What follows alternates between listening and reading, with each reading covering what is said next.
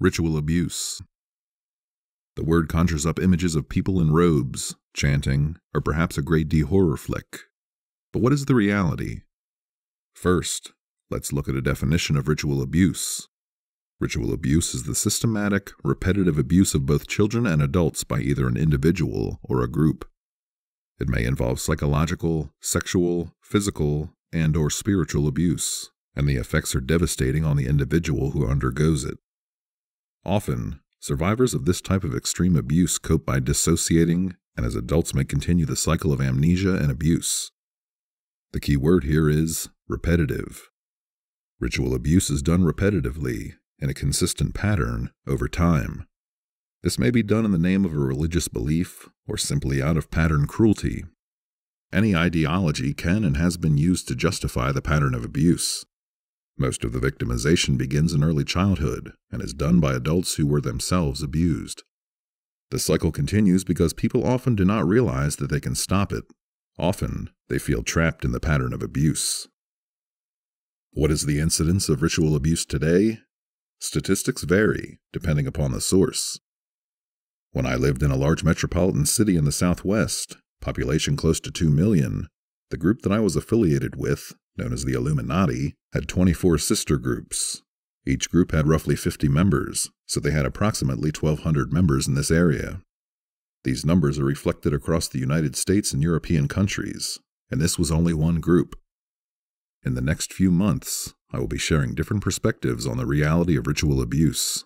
I hope to address the following questions. 1. What kinds of groups engage in what is known as ritual abuse? What motivates them? 2. How do these groups maintain their cloak of secrecy? How do they operate? What kind of security do they use? 3. How do they program their followers? Why? How does a person break free from this kind of programming? 4. What is the opinion of experts in the field? 5. Has there been documented, physical evidence that ritual abuse occurs? What evidence? 6. What about spouses and friends? What can they do to help survivors of ritual abuse? What is helpful, and what isn't? 7. What can the general public do to help? These are all valid points that need to be addressed in order to understand ritual abuse. As a survivor of ritual abuse myself, as well as a former cult programmer or trainer, I have a vested interest in sharing both from my own experience and the wealth of published information about ritual abuse that is available now. I also hope to be able to share some survivor stories, with names changed to protect the people involved, about the reality of ritual abuse and the ongoing effects that it causes in the life of the survivor, as well as things that have helped them in their healing journey. I will be sharing internet links that relate to the topics that I have addressed. They are there and are well worth reading for the person who desires to learn more and is willing to approach this subject objectively. God bless. Archangel. Ritual abuse. Modern hysteria or ancient practice. If you are a survivor of ritual abuse, please be in a safe place before reading the following article, as it mentions groups that practice ritual abuse, as well as the historical groups that they are descended from. In this chapter, I will be discussing ritual abuse in a historical context. Later chapters will share about ritual abuse from the perspective of its effects on the survivor, as well as significant others. Ritualized forms of abuse have been practiced since the dawn of human history. Violence in the name of a religious or ideological belief is not new. It has been practiced for thousands of years. Here I will discuss a few groups that have been documented as practicing secret, esoteric, or abusive rites to place modern ritual abuse in a historical context. Please be aware that this is only some of the documented ritualized abuse that we know of from ancient until modern times, and is by no means complete. The ancient Assyrians and Phoenicians worshipped the sun god, Baal, who they depended upon for the continuance of their crops. The antiquity of the worship of the god or gods of Baal extends back to the 14th century BCE among the ancient Semitic cultures. Worship of Baal extended from the Canaanites to the Phoenicians, who were also partially an agricultural people. Baal, the sun god, was fervently prayed to for the protection of livestock and crops, and the rites also included animal and human sacrifice. Another co-current deity was Molech, whose rituals were also costly to human life. Many of these rituals were adopted by the ancient Hebrews, as mentioned in the Bible. These rituals were carried out for over 1,000 years, both openly and secretly. Ancient Babylonia also practiced mystery religions, which involved worship of the sun god and sacrifices to this deity. In Europe and Indo-Asia, the ancient Druids were also known to engage in human sacrifice and rituals before the coming of Christianity to the areas occupied by the Celts in Europe and Britain. Caesar commented upon this practice. The whole nation of the Gauls is greatly devoted to ritual observances, and for that reason those who are smitten with the more grievous maladies and who are engaged in the perils of battle either sacrifice human victims or vow to do so, employing the Druids as ministers for such sacrifices. By the medieval ages, Christianity had entered Europe, and groups were formed who practiced rites that were the antithesis of the organized religion of the day. By the medieval ages, Christianity had entered Europe, and groups were formed who practiced rites that were the antithesis of the organized religion of the day. Many of these groups claimed roots founded in the rites of the ancient Druids and Canaanites. The Knights Templar were one such order. They were founded by medieval lords and barons to protect pilgrims who visited Jerusalem, which had been captured during the First Crusade. They were also quite wealthy, and financed the leading kings of Europe at the time, creating the modern banking system of lending at interest. They were disbanded in the early 1300s by the Pope and the King of France because of fear due to their power, as well as their esoteric religious practices. The Knights Templar began corrupting their Catholicism and incorporating elements of mystery religions, which included rituals with candles around the body of a young virgin and homosexual practices. They also began summoning demons during these rituals. Although officially disbanded, the Templar Knights continued practicing their rites in secret, founding the 13 orders, each with their own symbol. Rosicrucianism. This group was publicly founded in the 17th century in Germany, supposedly by an individual in a novel known as Christian Rosenkreuz. The order was based on the traditions of the Rose Cross Order.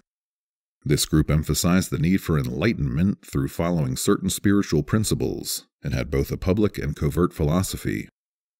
Meanwhile, in South America and Mexico, the Incas and Aztecs were also performing rituals which involved the taking of human life. This has been documented in the annals of the early Spanish conquerors. Up until modern times, esoteric hidden practices have continued around the world. Brutality and sacrifices in the name of religion are not limited to one locality or one time in history. In Africa, ritual murder is still ongoing and has been extensively documented. In Thailand, India, and Malaysia, sacrifices and rituals are still conducted, similar to those of ancient times, and have been documented in numerous articles. Modern Europe has also reported incidences of ritual murder in recent years. In strife-torn Peru, human sacrifice remains a daily fact of life, dating back to the time of the Incas. For some practitioners, the ritual offering of human lives is believed to ensure bountiful crops, control the weather, and prevent such natural catastrophes as floods and earthquakes. These rituals, called paying the earth, are also employed by wealthy businessmen, including mine owners and beer distributors, to ensure continued prosperity.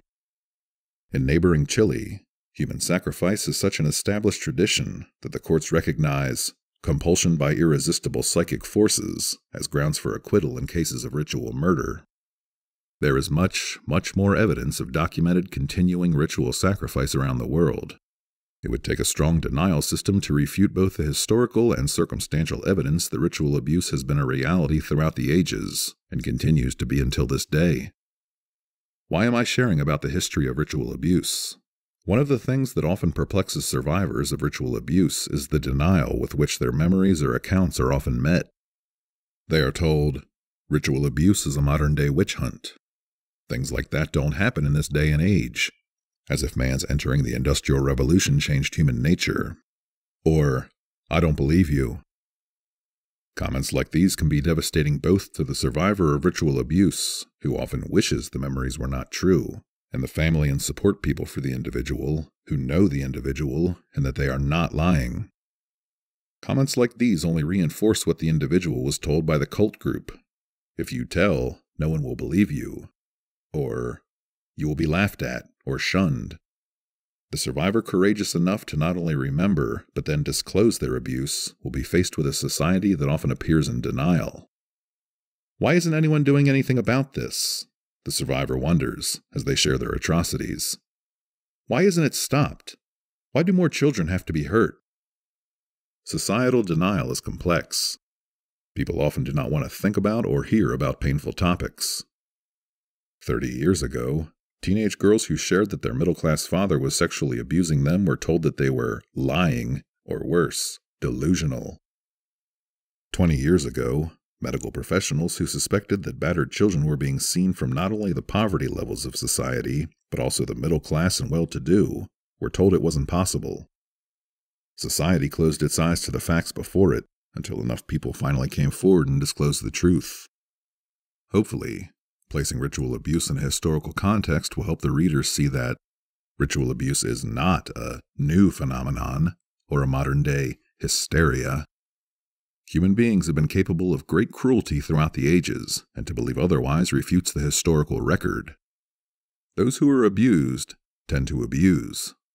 Why would this well-known psychological fact be different in the context of familial generational ritual abuse, where the abuse has been passed down for generations in a codified manner? That ritual abuse is occurring around the world. It is not a phenomenon limited to the United States or to people recovering memories through therapy. Newton, Ryder, and Lockwood have researched and proven this. My hope is that at the least, this article has helped raise some questions about a topic that is often overlooked and highly misunderstood.